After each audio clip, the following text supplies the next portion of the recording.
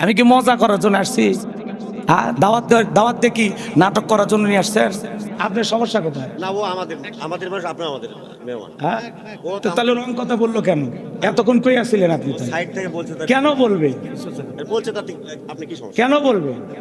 আমি কেন বলবে আমাকে সেটা বলেন।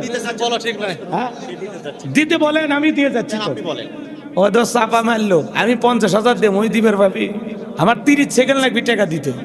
গেছে বাঁশ গেছে, ফাউল পোলাপান, মুখে দাঁড়িয়ে আছে, তাও আলেমদেরকে আদব দিয়ে কথা বলতে পারো না। না, মাদ্রাসায় পড়ছো, হাওয়া গেছে, হাওয়া গেছে, এত কথা বলা লাগবে কেন?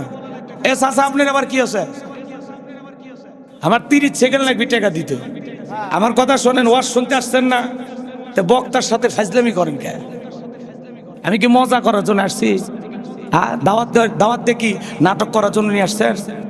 মেহমানের সাথে কি করা লাগে? ভালো আচরণ করা লাগে না?